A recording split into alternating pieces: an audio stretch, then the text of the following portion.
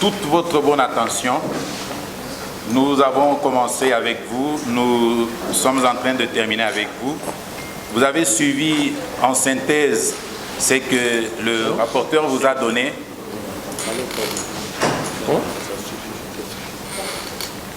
Ce que le rapporteur vous a donné en rapport avec notre mise au point. Que le pouvoir dont les deux confessions religieuses prétendent détenir est nul et sans fondement, le présidium, conformément à l'article 18 de notre charte. Si le président, c'est le président qui convoque, il peut engager la plateforme. À défaut, c'est le vice-président.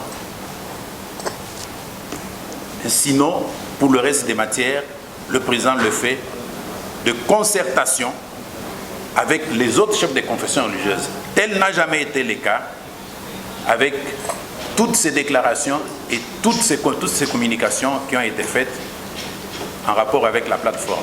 Donc, la notion ou le mot présidium n'existe nulle part dans la charte des confessions religieuses.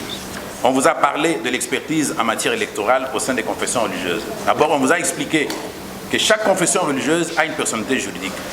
Posez-vous d'abord la question, nous sommes dans ce pays. Est-ce que vous pensez même, quand ils le disent là, ce sont les paroles d'évangile, qu'on vous dise que les organisations des confessions religieuses telles qu'elles sont dans ce pays puissent exister sans personnalité juridique, sans un acte légal dans ce pays?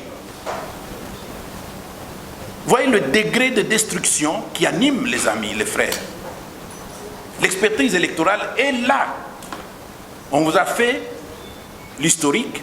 Depuis 2004, les chefs des confessions religieuses avaient signé un protocole d'accord de partenariat. Toutes les confessions religieuses, sur l'éducation civique, l'observation électorale. Et on vous a dit qui en étaient les meneurs. Nous sommes, nous ici, les premiers à avoir donné naissance à la dynamique électorale interconfessionnelle. Personne d'autre dans ce pays.